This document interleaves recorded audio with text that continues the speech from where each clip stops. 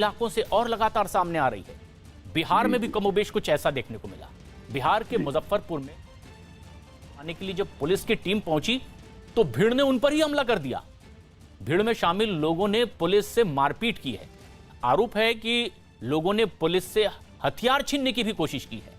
मारपीट का यह वीडियो सामने आने के बाद हमलावरों की तलाश जारी है और बताया जा रहा है कि लॉकडाउन के दौरान तय समय के बाद भी कुछ दुकानें खोली गई थी। उन्हें बंद करवाने के लिए जब पुलिस की टीम वहां पहुंची तो पुलिस से ये लोग भिड़ गए, मारपीट शुरू कर दी, हथियार तक छीनने लगे और आप आवाज भी सुन सकेंगे। लोगों ने आवाज भी लगाई भीड़ में कि इन्हें और मारा जाए।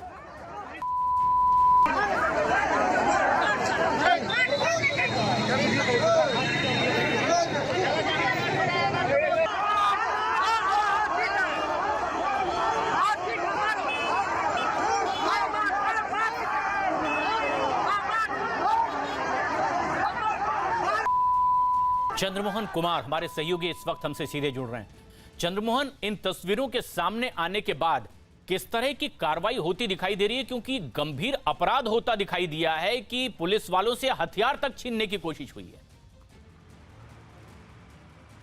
बिल्कुल, देखिए मुजफ्फरपुर के बखरी थाने के थानेदार का साफ तौर पर यह कहना है और जिला प्रशासन का भी यह मानना है कि जिस तरह से लोग सड़क पर उतरकर हंगामा किए और जो पुलिस की टीम थी उनके हथियार को छीनने की कोशिश की गई, उस पूरे मामले में जो वीडियो सामने आया है उसको लेकर जो भी वहां पर मौजूद थे उनको आइडेंटिफाई करने की कोशिश की जा रही है, उनको चिन्हित करने की कोशिश की जा रही है और उसके बाद उनके खिलाफ एफआईआर दर्ज होगा, उनके खिलाफ कार्रवाई होगी। क्योंकि बिहार में लॉकडाउन है और ऐसे आलम में किसी को भी सड़क पर उतरने का आदेश नहीं है और जो दुकानें खुली हुई थी वहां पर जो लोग मौजूद थे, जब पुलिस की टीम वहां पर पहुंची और उनको रोकने की कोशिश की, उस दौरान जो लोग वहां पर मौजूद थे वो पुलिस वाले से भिड़ गए और जब अतिरिक्त पुलिस बल वहां पर पहुंची तो उनके ऊपर भी हमला करने की कोशिश की गई। कई पुलिस वालों के साथ मारपीट किया गया और उनका हथियार भी छीनने की कोशिश की गई। तो ऐसे मामले में अब जो वहां के थाना प्रभारी हैं और जिला प्रशासन इस पूरे मामले को देख रहा है और कार्रवाई करने का साफ तौर पर यह कहा जा रहा है कि जो लोग भी वीडियो में दिख रहे हैं, जिनका भी चेहरा पहचान में आएगा, उनके खिलाफ कार्रवाई होगी, उनको गिरफ्तार कर जेल भेजा जाएगा, क्योंकि लॉकडाउन उल्लंघन करने का किसी को भी आदेश नहीं है। लेकिन ऐसा नहीं है कि बिहार के मुजफ्फरपुर में ही सिर्फ इस तरह की घटना हुई है। बिहार के कुछ और इलाकों से भी इसी तरह की खबरें सामने आई है, जहां लॉकडाउन की जमकर धज्जियां उड़ाई गई। गोपालगंज में ऐसा देखा गया। पंचायत चुनाव के प्रचार के लिए यहां एक डांस का कार्यक्रम रखा गया और इस दौरान पिस्तौल से हवाई फायरिंग भी की गई, लेकिन ये हरकत कैमरों में कैद हो गई। बताया जा रहा है कि पिस्तौल के साथ डांस करने वाला जिला परिषद का संभावित प्रत्याशी है। आयोजन के दौरान खुलेआम नियमों को ताक पर रखा गया और सरेआम कानून तोड़ा गया।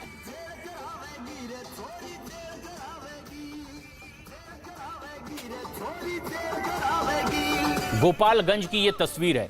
चंद्रमोहन, सुना जाता है कि इस तरह की बात आम होती है, सामान्य दिनों में बिहार में इस तरह से रुतबा दिखाने की कोशिश होती है हवाई फायरिंग करके, लेकिन ये सबको पता है कि अब कितना बड़ा एक आपातकाल है इस समय। हम सबको इसकी गंभीरता समझनी चाहिए इस प्राकृतिक आपदा के तहत। उसके बावजूद इस तरह की हरकत की जा रही है, कार्यक्रम आयोजित किया जाता है, हवाई फायरिंग की जाती है। कार्रवाई अब क्या हो रही है आगे?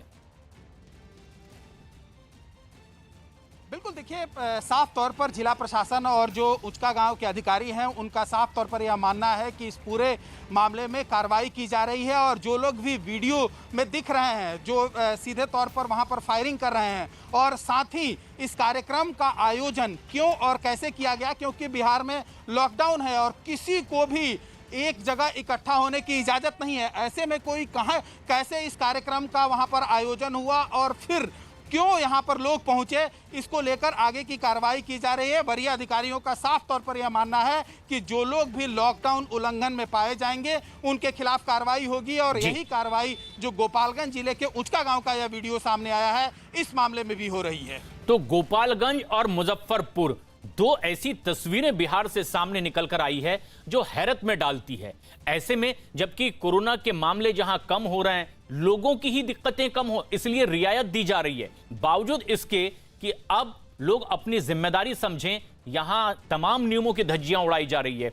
अब सबसे खास बात यह भी चंद्रमोहन कि ऐसे में क्या लोगों के ऊपर असर हो कि वो अपनी जिम्मेदारी समझें, कोई आगे की पहल जो देखने को मिल सकती है, लोगों पर जो लगाम लगा सकती है?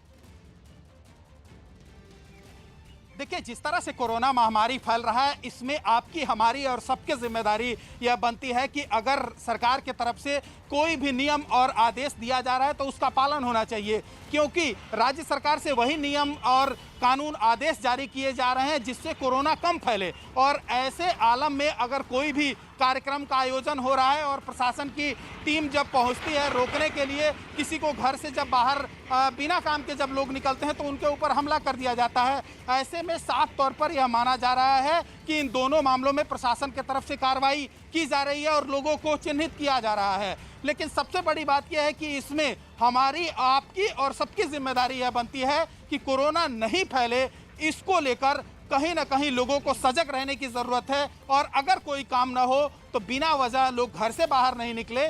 प्रशासन की तरफ से भी यह लोगों को अपील किया जा रहा है कि लोग अगर घर से बाहर नहीं निकले और जहां भी भीड़ भाड़ की नौबत आई शायद उसको अलग करने की कोशिश की जाए, लोग वहां पर ना पहुंचे तो इसको फैलने से रोका जा सकता है। तो प्रशासन की अपील लगातार होते रही है, बावजूद इसके लोग बिहार में कहीं जब प्रशासन उन्हें रोकने की कोशिश करती है तो उनके ऊपर हमला किया जाता है और कहीं बार बालाओं का डांस कराया जा रहा है जिसमें सैकड़ों की संख्या में लोग वहां पर पहुंच रहे हैं। बिल्कुल।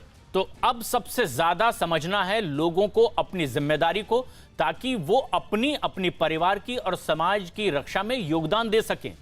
उत्तर प्रदेश का भी अगर हाल देखें तो प्रतापगढ़ में फायरिंग का एक वीडियो सामने आया और इसके बाद पुलिस ने दुल्हन के खिलाफ मामला दर्ज कर लिया है। 30 मई को शादी के दौरान फायरिंग का यह वीडियो वायरल हुआ, जिसमें अपनी शादी की खुशी में दुल्हन जयमाला से पहले हवा में गोली चलाती दिखाई दी। पहले वो करीबियों के साथ मंच के पास पहुंची और इसके बाद दूल्हे ने उसके बाएं हाथ को थाम लिया और इसी बीच दुल्हन ने अपने दाएं हाथ से पिस्तौल लहराते हुए हवा में फायरिंग कर दी। पुलिस के मुताबिक अपने चाचा के रिवॉल्वर से दुल्हन ने फायरिंग की। घटना सामने आने के बाद अब पुलिस ने लाइसेंस रद्द करने की भी कार्रवाई शुरू कर दी है। अजीत सिंह हमारे सहयोगी इस वक्त हमसे सीधे जुड़ रहे हैं। अजीत, दुल्हन फायरिंग करती दिखाई दी है, दुल्हन पर अब आगे की कार्रवाई हो रही है, क्या बताया गया है आधिकारिक तौर पर इस पूरी घटना के बारे में और कार्रवाई के बारे में? देखिए, बिल्कुल प्रशांत, प्रतापगढ़ का ये मामला और एसएसपी प्रतापगढ़ से मेरी बात हुई तो उन्होंने साफ तौर पर यह कहा कि शादी के दिन जब जयमाल होने वाला था, जैसे ही दुल्हन पहुंची उसके चाचा भी उसके साथ में, और उन्होंने अपनी रिवॉल्वर उसको निकाल कर दिया और जब बायां हाथ दूल्हे ने थामा तो दाहिने हाथ से दुल्हन ने स्टेज पर एक कदम रखा और एक पैर नीचे और हवाई फायरिंग कर दी और तालियों की गड़गड़ाहट बजने लगी।